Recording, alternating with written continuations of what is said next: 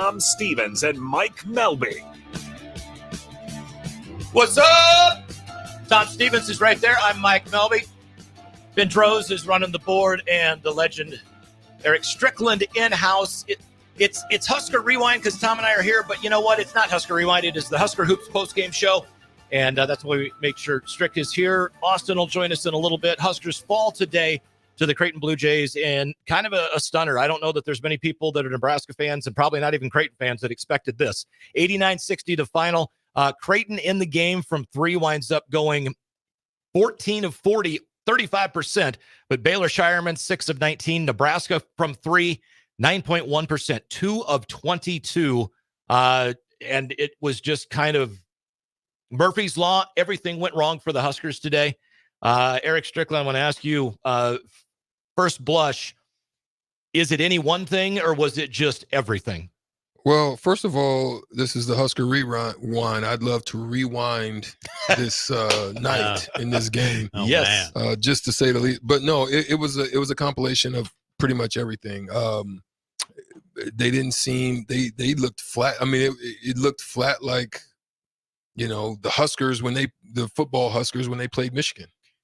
It looked very just uninteresting. Go ahead. Well, they just didn't get out on shot. We talked about it. I mean, 35% for the game, but a lot of those were missed threes at the end of the game. It was, and he still had good looks. Yeah, it was closer to like 40, 41. And then toward the end of the game, once it was out of hand, the numbers came back more in Nebraska's favor. But I look at this game in two ways.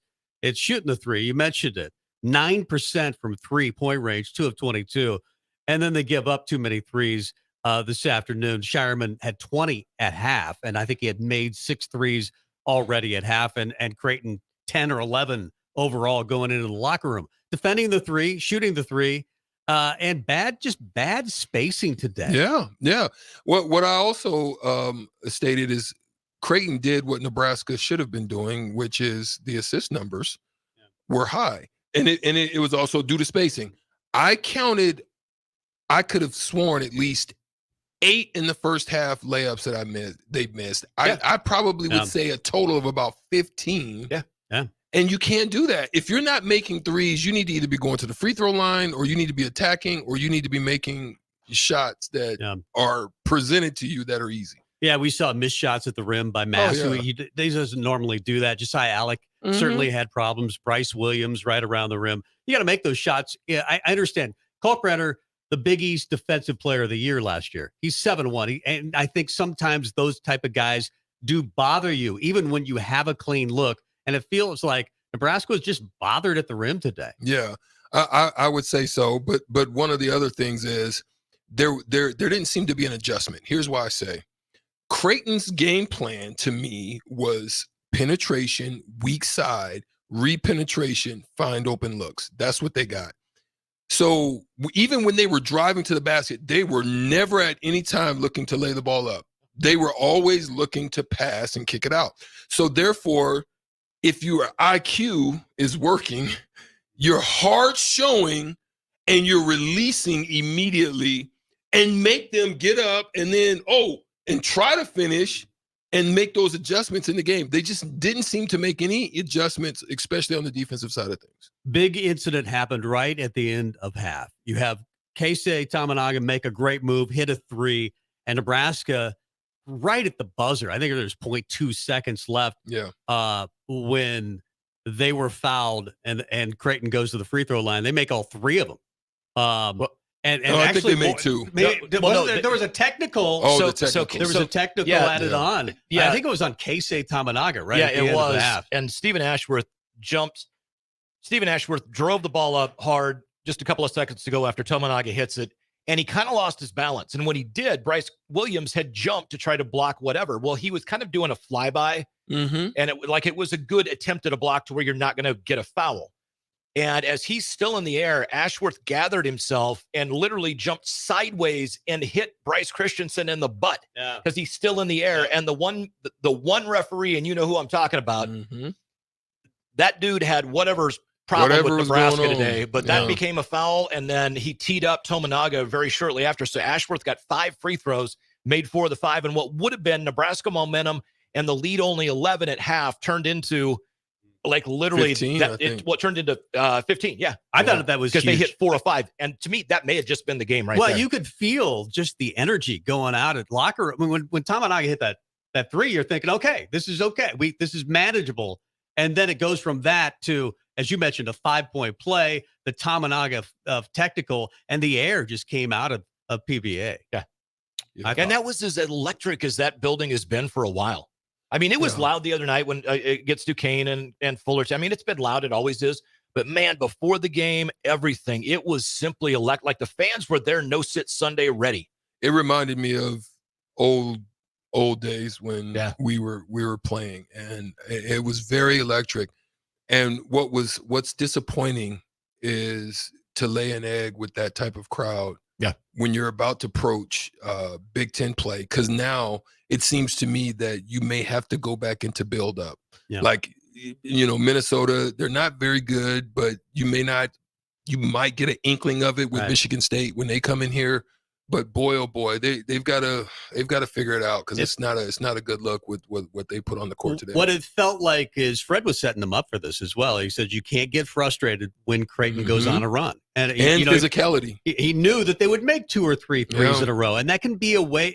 Sometimes you can play great defense for almost all of the shot clock, and they knock a 3 in on it, and that's what they do. And Shireman again had 20 points at halftime. I think, though, with that 3 made by Tamanaga, you give up the 3 that, you leave that alone. That should have been one of those things that you go into the locker room down 11. Instead, you're down, 15, which is crazy because Nebraska really had it going. I thought at least give them a little juice right to the locker room, but it just didn't happen today. I mean, Creighton's a good basketball team. I mean, that's a top 15 team, and last week, top 8 team. Before the Colorado, I guess it was on Thanksgiving Day. State, they lost to Colorado State, but they're beatable, obviously. But when they shoot like that, and we talked about it walking out of the arena, there had to be something in Bailey Shireman. Of course, the last 2 schools that he went down to last year in the recruiting wire were Creighton and Nebraska. Creighton got him. There was some bad blood, some stuff said, I think, to Shireman in the gym today, and he wanted to shut Nebraska fans up. Yeah, I would agree. It seemed a little personal with him, and props to him, man. You get the motivation wherever you can. This is the Husker Hoops postgame show here on 93.7 The Ticket and theticketfm.com. If you're listening on the Sartor Heyman stream, thank you very much. It's live on Allo Channel 951, on YouTube, on Twitter, on Twitch, and on Facebook. And the Sartor Heyman text line is open, as is the Honda of Lincoln hotline, 402-464-5685. If you want to chime in and comment on the 89-60 win by Creighton over Nebraska today. I'm Mike Melby. That is Tom Stevens. Eric Strickland sitting not too far away as well.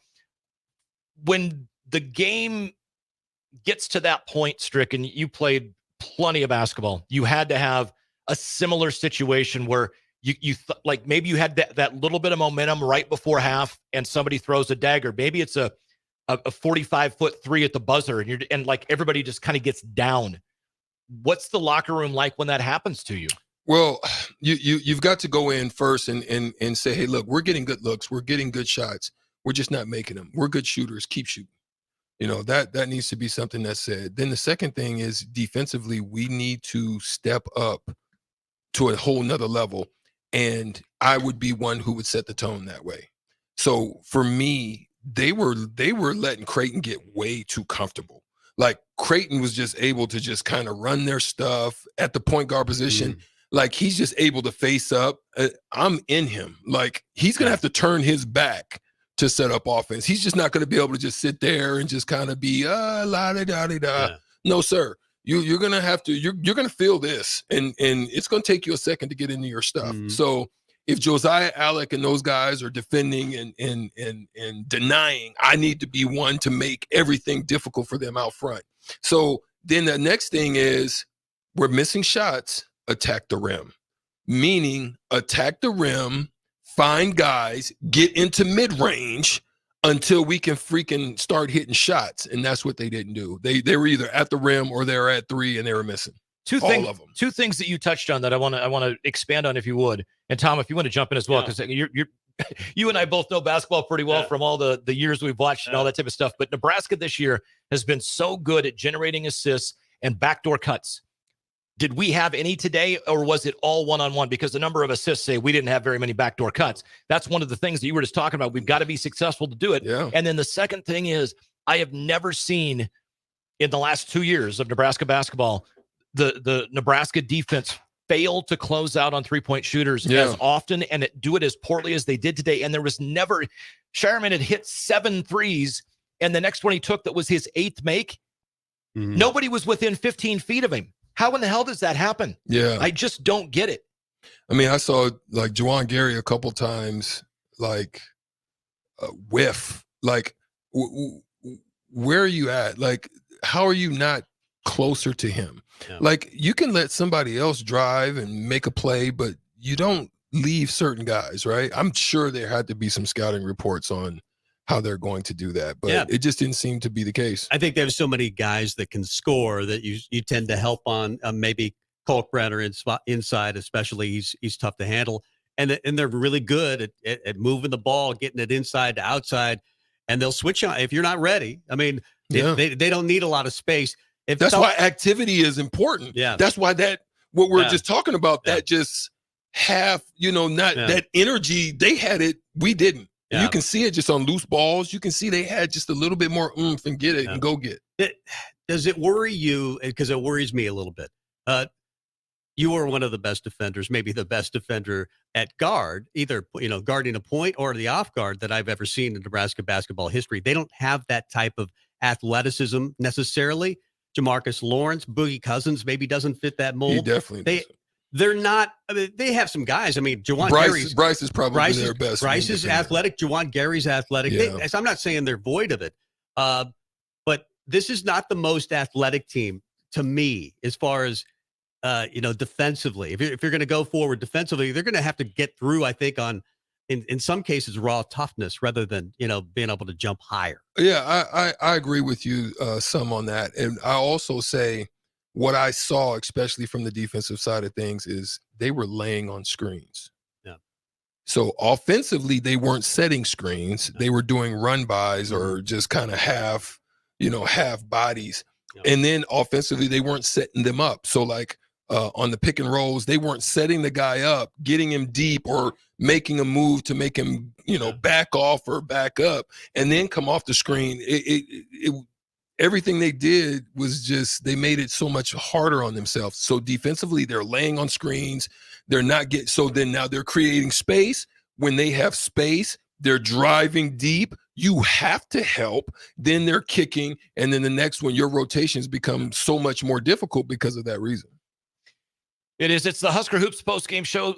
Nebraska falls to Creighton today, 89-60. I'm Mike Melby, Tom Stevens there. Eric Strickland, 2 chairs down, and now joining us in the studio and looking out at 11th and 0 in the snow globe that is Lincoln, Nebraska, with the snow falling. Austin Orman. Austin, we've kind of broke down just all the issues that we saw today. From your standpoint, coming into the game, did you expect? Nobody expected this kind of performance, but did you expect changes to be made from a defensive standpoint, or did you figure they'd finally start hitting a couple threes? Stricky and I talked about what Nebraska would do defensively and how we thought they could go at Creighton on the other end. We saw some of it. We didn't see a lot of it. There's nothing I can add that the Husker Hall of Famer hasn't already. But what I will say is just kind of big picture here. Same Nebraska, new Nebraska, same as the old Nebraska, right? We've seen this story before. And that's where I thought Nebraska going out to get veterans like Williams and Mass to be a run stopper, right? To not let Creighton go on any of those big runs, to not force a bad shot, to rein in some of the worst impulses, to communicate on defense. You shouldn't have ever had to question the effort. But everyone on Nebraska's starting lineup just stopped, right? It didn't close out to shooters. Like Strick said, got stuck on screens.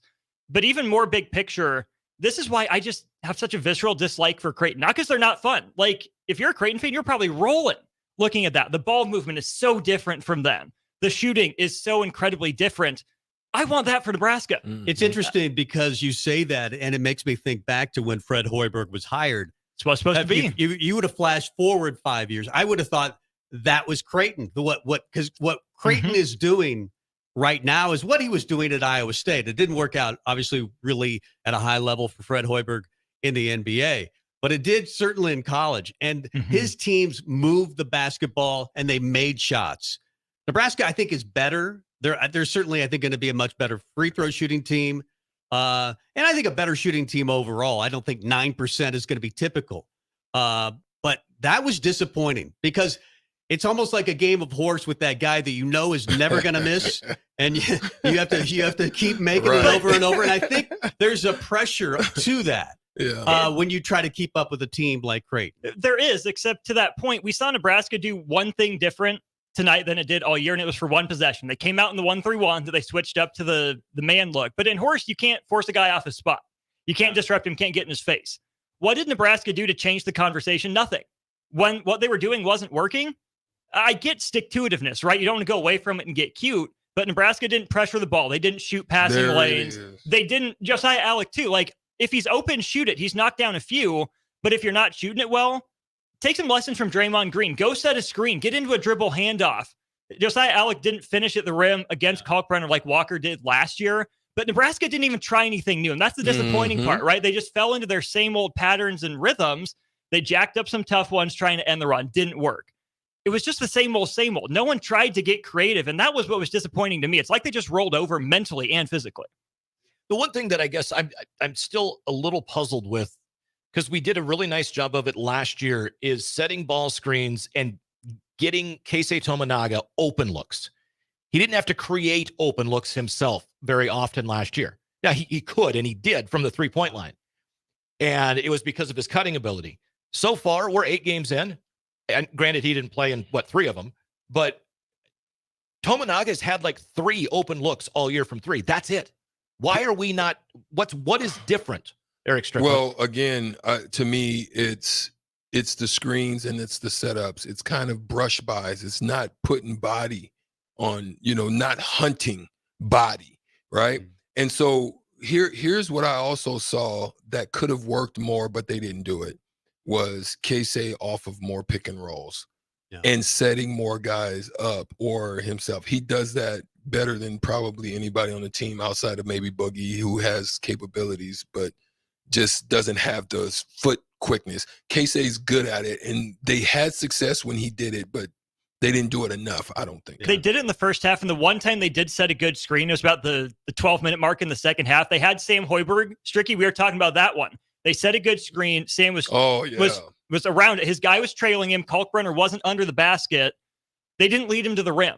Even if they lead him to the rim and someone rotates over from help, what does Creighton do? They get it there. They kick it out backside. They make the extra pass for the open shot. Yeah. Nebraska just didn't even make that first pass to get the ball rolling. Yeah, they didn't make entry passes, and then when they did, they got down there and they didn't. This is the first time that I saw them get deep, Tom and Mike, and dribble, penetrate, and not know where to go with the ball. Right. Like that's what you were talking about before we got on the show, is spacing. All the other games that I've seen of this team, they had guys in the right spots for spacing. But for some reason this time, they were get deep and they didn't know where to go with the ball. That's the first time I've seen it. And I don't know what it was. A kind of identity. We talk about it in football all the time, that you can't build identity through the portal. And I think Nebraska's done actually a pretty good job of the last couple of years of trying to do that. But Creighton gets guys like, Alexander, Kalkbrenner. Those guys have been there for a long time. They build a culture. You know the expectation when you go to Creighton. Mm-hmm. They play it the same way. I mean, you could put a different Creighton team. You could put that Creighton team on from 5 years ago. Watch today's game, and I would have thought it was the team from 5 years ago. Because they look the same all the time. What's crazy is you saw that on the second team. Yeah. It's a consistency. Like you said, you're right. You know what you're getting when you face a Creighton team. And you can see it on the second team. You haven't known with Nebraska. Well, you under Tim Miles, you knew it was going to be, hey, they fought hard. They were clunky. Same thing with Doc Sadler. He was going to try to pass it 400 times and then take a shot. I mean, even Collier. Yeah, you knew kind of what those teams were. But Creighton, you can watch video, and it doesn't matter. They could change jerseys and you go, that's Creighton. Mm-hmm. They're just beautiful. And that culture has been built. And we've thought by now that maybe I thought Fred would have done that by now. And I'm just a little skeptical, again, back to the portal, getting 1-year guys that aren't culture guys. I think you can get 2 or 3 of those. But Nebraska's kind of going all in on a few guys like Rick Mass, who I think is a really good basketball player. But then Josiah Alec is a one-year guy. I mean, Bryce Williams, maybe one-year guy. They've got all these guys. We know they're the most experienced, oldest team in the Big Ten. I thought that would have its benefit, and I think it still will. They're 7-1. It's not like the season is a disaster. Snow's falling. Yeah. This guy's not. It's not. I still think this is a good basketball team, and any night they shoot, 10 of whatever, 22, they're going to win. Yeah. It was two things that came down to they tried to match Creighton again.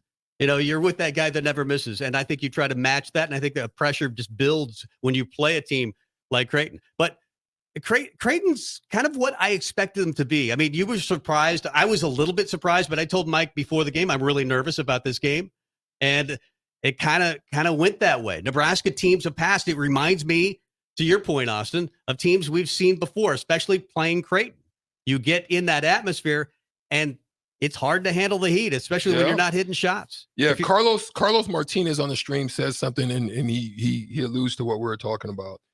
He says they looked out of condition, slow, and gassed, greatly disappointed at the effort. I think that's what was most disappointing is the effort, and that's why I said it looked like Michigan to me when on the football side, because they looked like they just didn't want to even be there, or just they laid down. Like that's the first time I've seen this team just lay down, because when other teams have made runs in the past, or when you saw teams kind of get back at them, they kind of would figure out how to work through it. I just didn't see it tonight.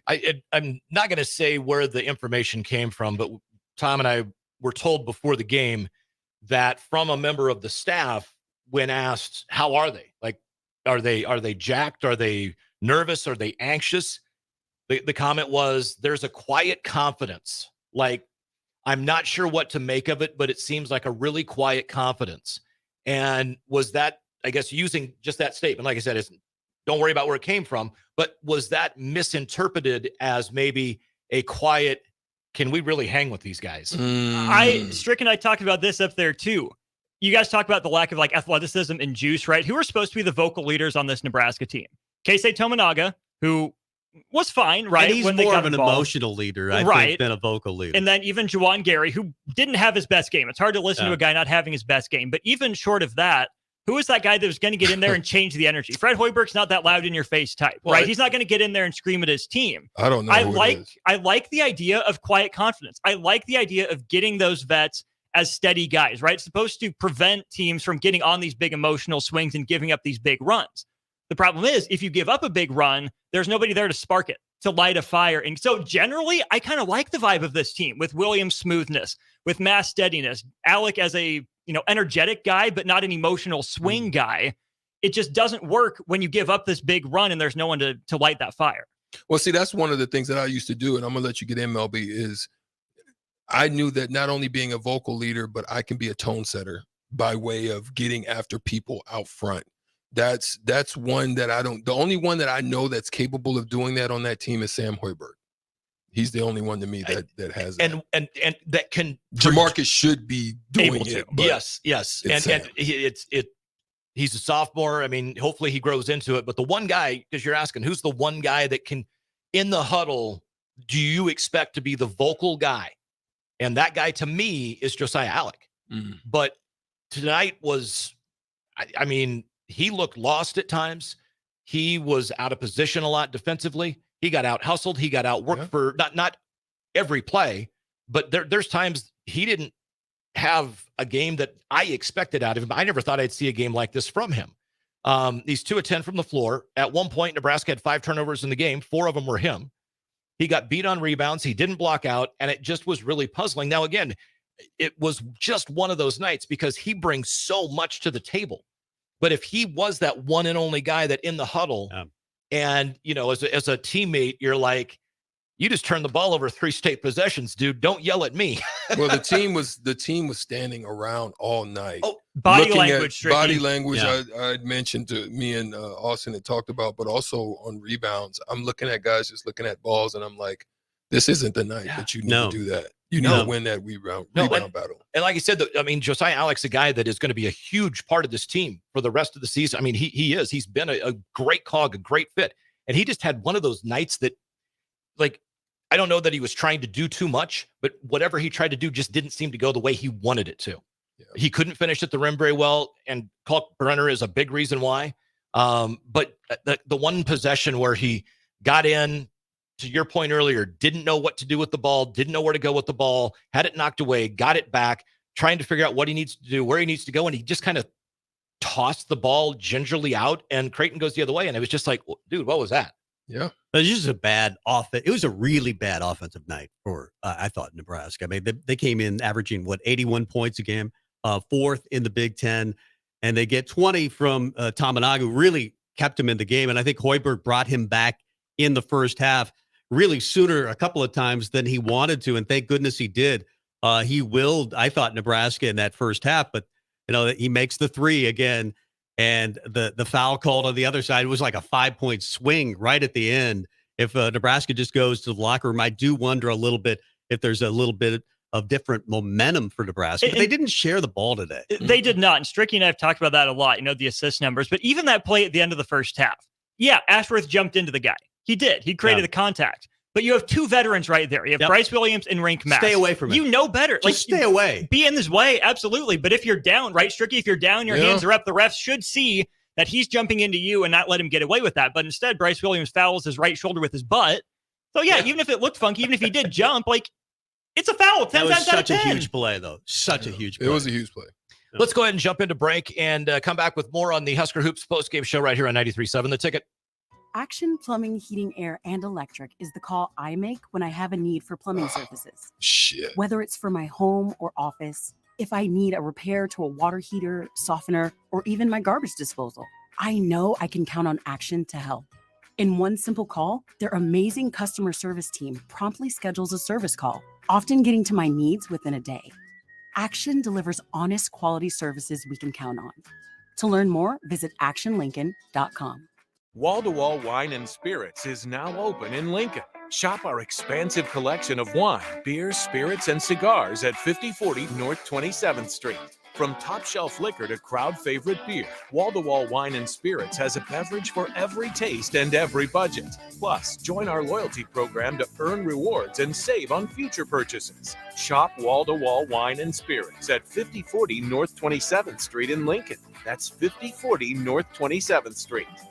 Hi everyone, Kendall Warnock with A1 Automotive in downtown Lincoln. If you're looking for an automotive repair facility you can genuinely trust, we would be grateful for the opportunity to earn your business repairing your vehicle. We have ASE master technicians and qualified to work on a variety of vehicles from Hondas to Porsches, Jaguars to Toyotas, and Chevrolets to Fords. We pride ourselves on customer service and relationships, and we would be grateful for the opportunity to serve you. Give us a call at 402-477-4660. A1 Automotive, always honest answers. Don't miss the most innovative ag technology that exists today on display in Lincoln at the Nebraska Ag Expo, the second largest indoor ag show in the U.S. December 5th, 6th, and 7th. Check out all the latest technology in row crop and livestock production, robotics, and more at the expanded Innovation Hub. Mark your calendar. That's December 5th, 6th, and 7th. Register online at NebraskaAgExpo.com to get your tickets in advance and save $5. See you in Lincoln. The Nebraska Ag Expo is sponsored in part by Farm Credit Services of America and Ag Direct. I could write a commercial telling you how great waffle weekends are at the chocolate season.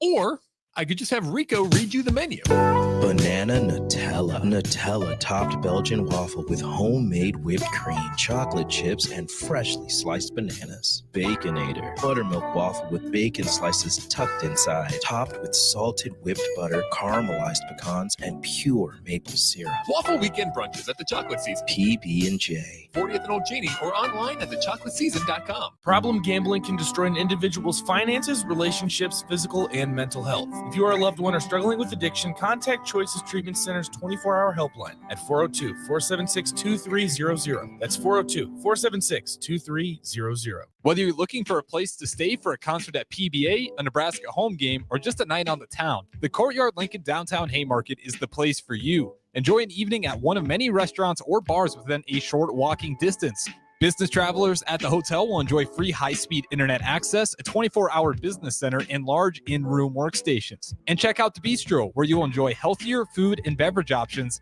as well as high-tech conveniences. Book your room today at the Courtyard Lincoln Downtown Haymarket.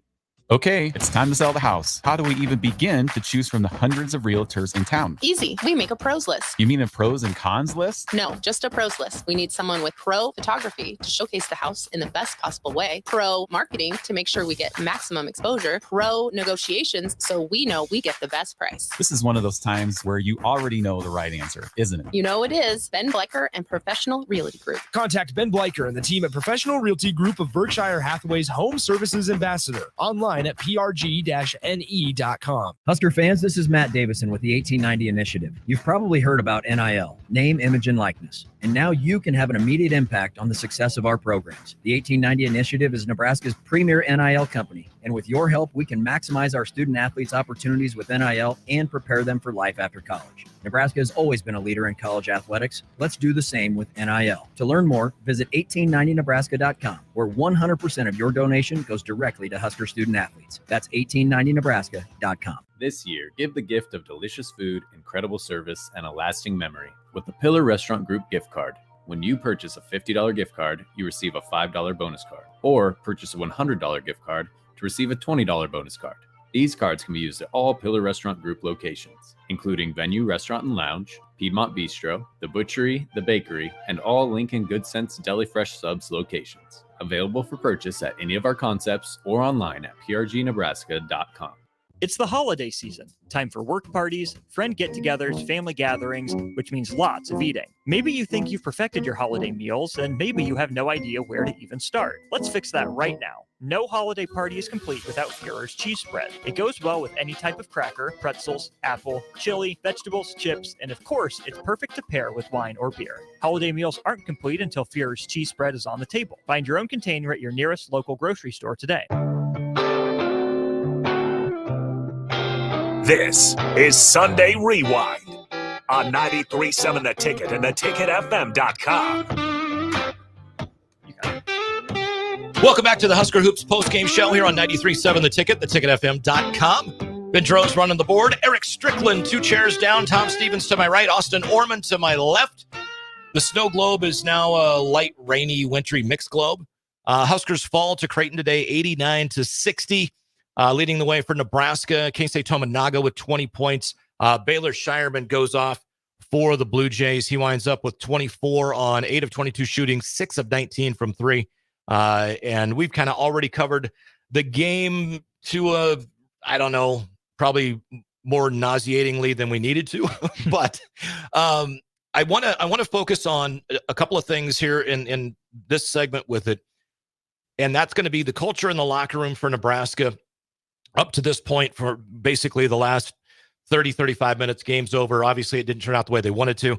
What kind of a culture does Fred Hoiberg have in the program? We think we know. We'll find out a lot more on Wednesday. And then let's talk about Wednesday. However, before we do, we were just talking about this on setting screens.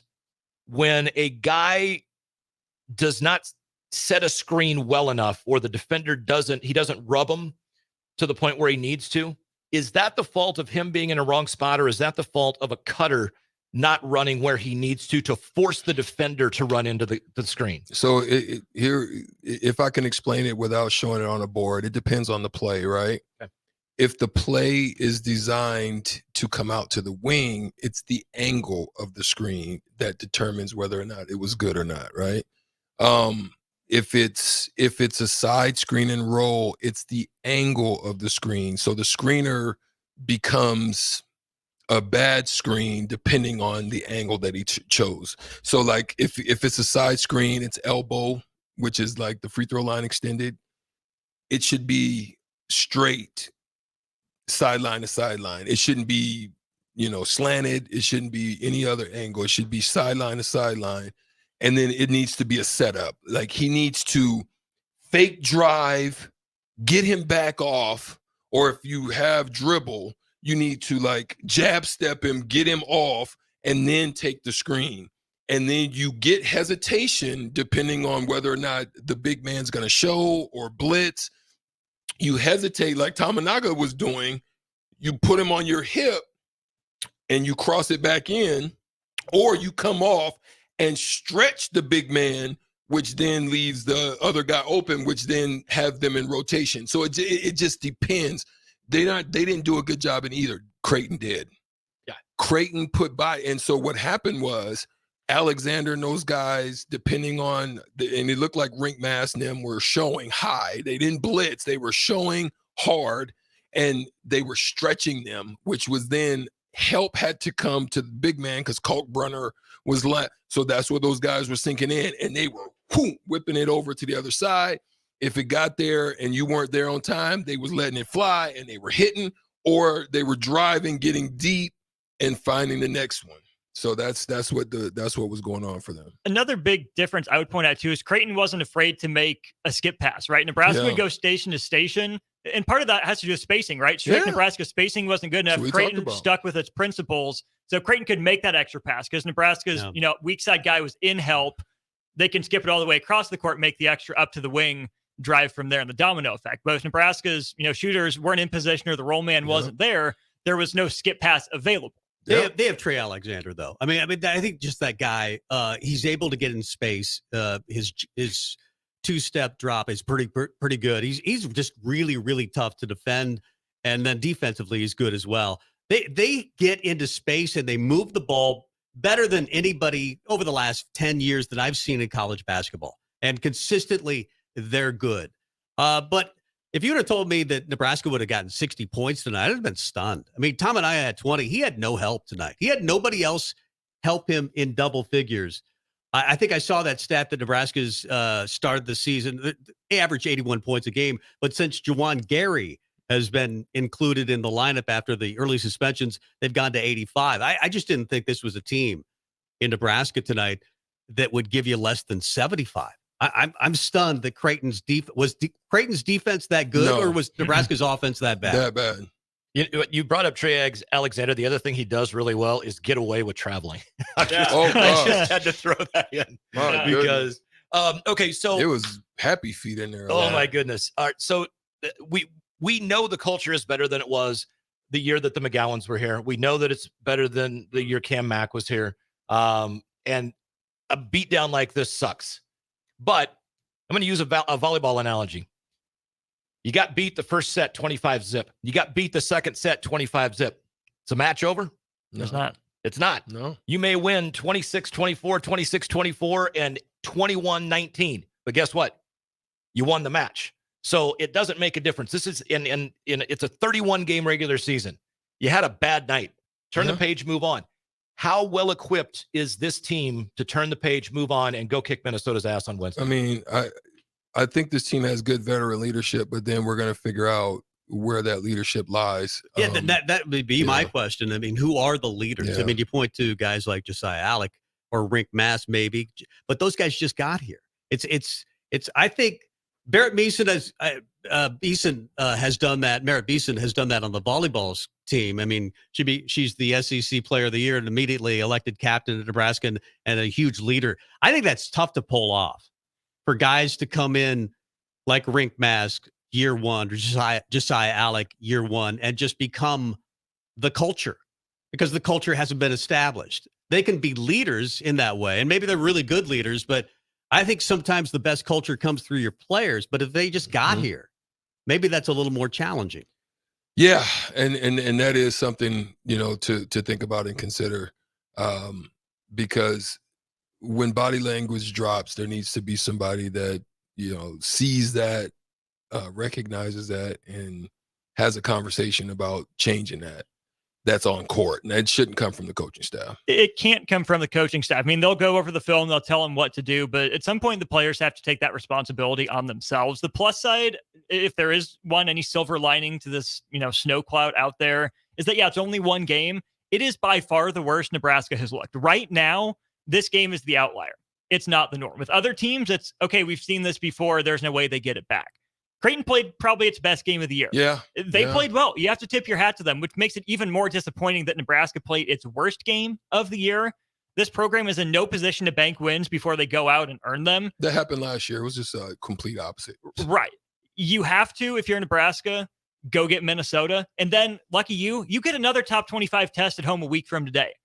I'm scared about Michigan State. I don't think they're nearly as bad as they've shown this far. They're not. I think Walker and Hogarth are really good. I think Malik Hall can be a problem. I think Sissoko is a fascinating matchup for this Nebraska team. But think about what Nebraska did last year to Michigan State in the first half before Michigan State went nuclear in the last 12 minutes. There's a chance for Nebraska. And then you go on the road to Kansas State a week from Sunday.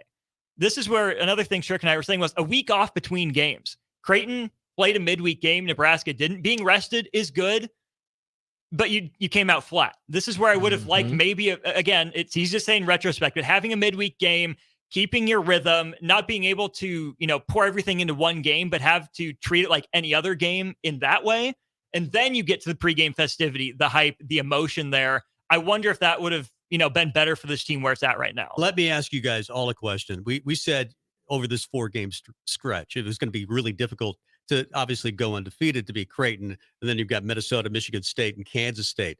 And we said 2-2. I think we had this discussion. Would you take 2-2 over this 4-game stretch? I would have said yes. Now you're asking, to be a little bit better than that. I mean, would you take 1-2 over this next 3 games? No. So no. You got to beat Minnesota. It's a lower quality win. It's down there quite a ways. Minnesota's not very good. Well, and then you hope you get Michigan State at home to make up for the home loss. Yeah. But even going on the road to Kansas State, that's probably quad 1 by the end of the year.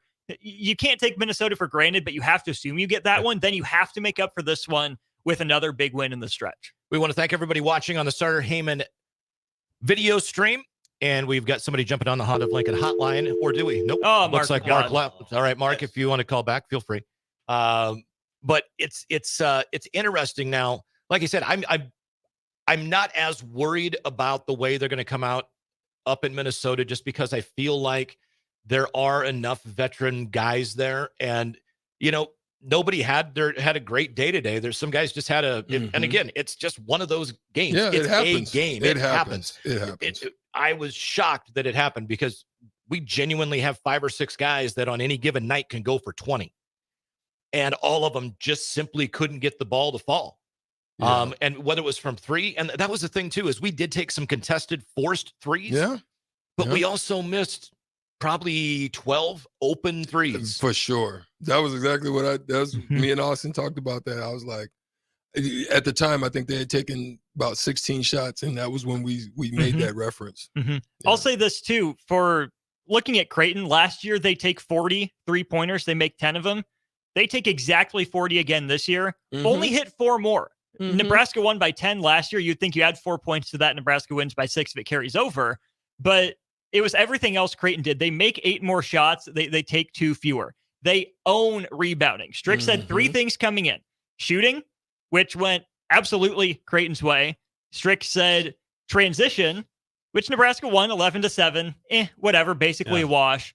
And then rebounding. Yeah, Kalkbrenner was the tallest guy on the floor, but the lack of effort that Strick was pointing out, the standing around, even if you're not going to get it, go hit someone and send a message. Someone go try. But Creighton's first 3 minutes featured more hustle plays than Nebraska had all game. That set the tone. Facts. It really did. Let's go to the Honda of Lincoln hotline. Mark's going to join us. Mark, welcome in. What are your thoughts? Well, the first thing I want to say is, do you think the scheduling was smoke and mirrors for Hoiberg to keep his job? And also, how about them Jays? See you. That's fine. Creighton fans want to throw shade. I don't care. It's all good. It wasn't smoke and mirrors, and Nebraska's a hell of a lot better team than they showed today. And I don't. Hey, Blue Jay fan, how about the Rams of Colorado State? Go Rams. Yeah. They beat them up. I mean, they made them look like way more vulnerable than what they showed tonight. I mean, but that's, again, they came out and they gave more effort. And it's sad when you see a team gives more effort than you at your home location. There's no one I don't care what the score is. There's no one that should ever beat you in effort. They win, lose, or draw. You can shoot bad, you can play bad, you can turn the ball over, but there's never should be anyone at home that outworks you. I think Nebraska has an assist problem, and maybe they can make up for it, through rebounding. I thought they would. They did through the couple of, more possessions through rebounding. I thought going into this season, point guard was going to be, when you lost Aaron Eulis, your point guard, and you didn't really have a backup to that, to the point where you take Jamarcus Lawrence, who's always been a 2 and been very good at it, and make him a 1, not only have you lost the Jamarcus Lawrence that you had last year as an off guard, you still don't have a point guard yet. And it may work out because there are times that Jamarcus looks comfortable, but they have problems when Jamarcus is not in the game because there's legitimately not another guy that can play point guard on this team. Today they had a problem with assists, but in the first 7 games, 67% of their buckets were assisted on. So they don't have a problem with passing the ball and finding the open guy and hitting shots. Today they had a problem. Yeah. And they don't, to your point, they don't have a guy that is genuinely like born and raised a point guard. And that is who he is, that he is. Those stripes have never changed. That's who he is, and that's what he wants to do. And I think it's going to work out. I actually think Jamarcus can become a good point guard, but I do think it's like transitioning to a whole new position. You're so worried about learning that position that it affects the rest of your game, and I think it's definitely affect his offense, Strick. I because you just don't know how to get your shot. So, like for a guy like me, one of the things that I always worked on, being in the same situation, is having an in-depth understanding of all the plays where everybody was going to be, then looking at where shots were going to come from out of it and practicing it from those specific spots all the time. And that's how I got comfortable because then I knew, okay, if I came off here, I do this. If they do this, then this shot's available. If they do that, then there's a drive available to a mid-range. I always pictured those things in my mind. He hasn't gotten there yet, and that's okay. But the other thing I said to Austin pregame is, or I actually said this to Kent Pavelka and Jake Mulesen. He and I are basically the same person, so understandable.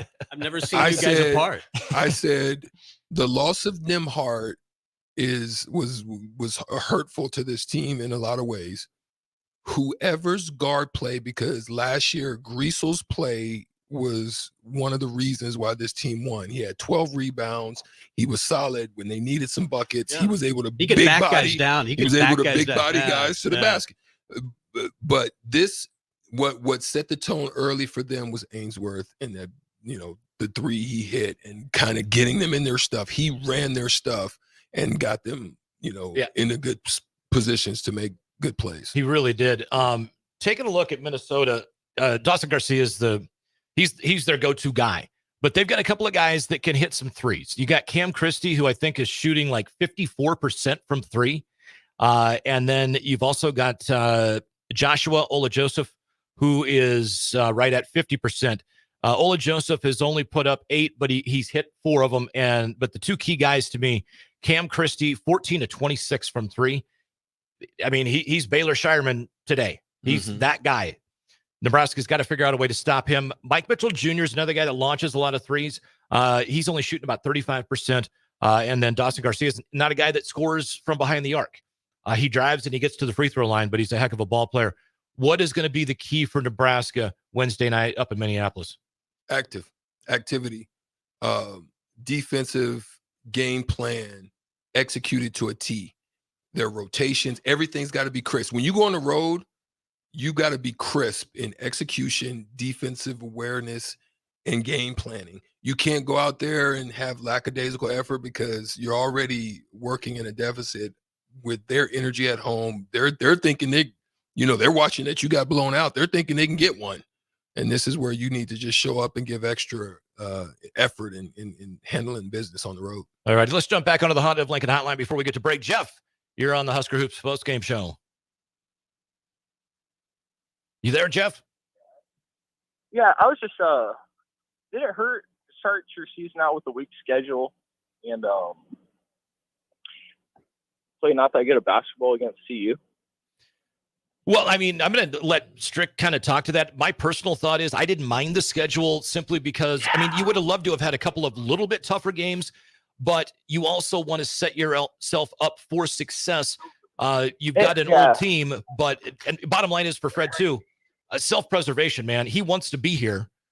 He wants to be the coach here for a long time, and you've got to have some success, and you got to build it somehow. And if it's, beating up on the 250th rated strength of schedule in the first 7 games, so be it.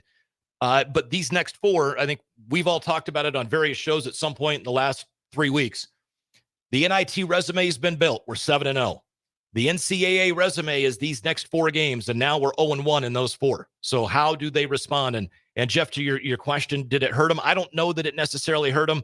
What went wrong today? I don't know. We obviously jumped on the air immediately after the game. We didn't hear the post game to hear what Coach Hoiberg had to say. But at the end of the day, we're going to learn a lot more about this team on Wednesday night. That's a fact. And listen, here's the realism of this thing is throughout a season, you're probably going to have 2 to 4 games that are just horrendous.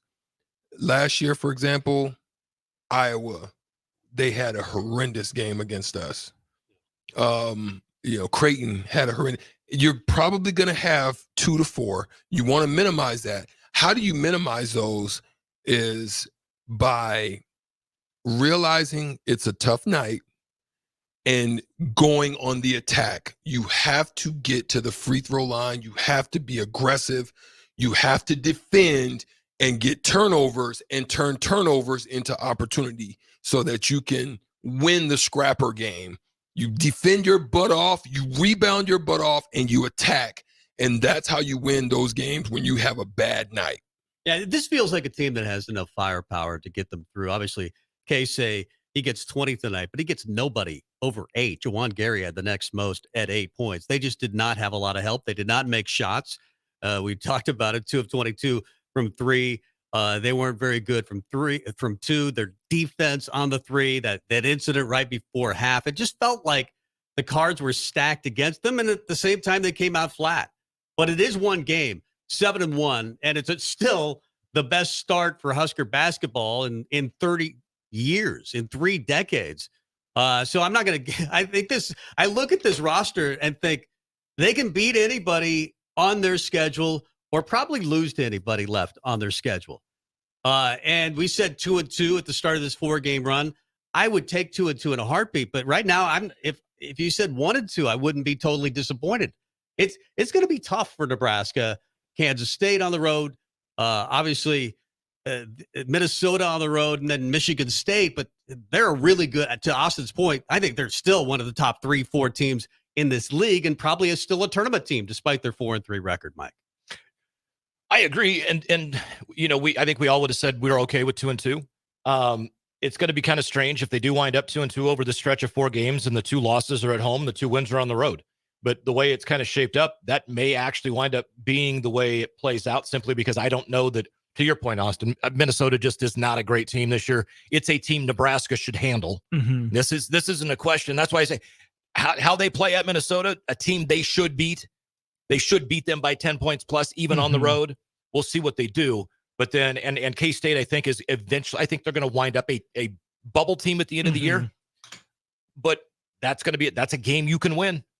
Michigan State's going to be tough. Izzo is Izzo, man. And so I know we got to hit a break. I'll just add this really quickly. Again, Nebraska hasn't always played well at the barn. Go prove it. Go change the conversation. I'm not ready to make any sweeping declarations. Tonight said, yeah, Nebraska's issues are kind of what we thought they would be coming into the year. They still have this in them, but the onus is firmly on Nebraska, right? It's on Nebraska to change the narrative and change the conversation. The pieces are there. Do they buy into changing that conversation after tonight? It's disappointing because this was the first real big test and they failed it miserably. It didn't go well. You don't think they play this poorly again, but they have to learn from it. It's not an assured thing that they're going to bounce back. No, that locker room has to step up and say, we're done with this. This is the exception. Never again. Yeah, well, I agree, but they're also not going to face a team like Creighton that can shoot threes the way they have.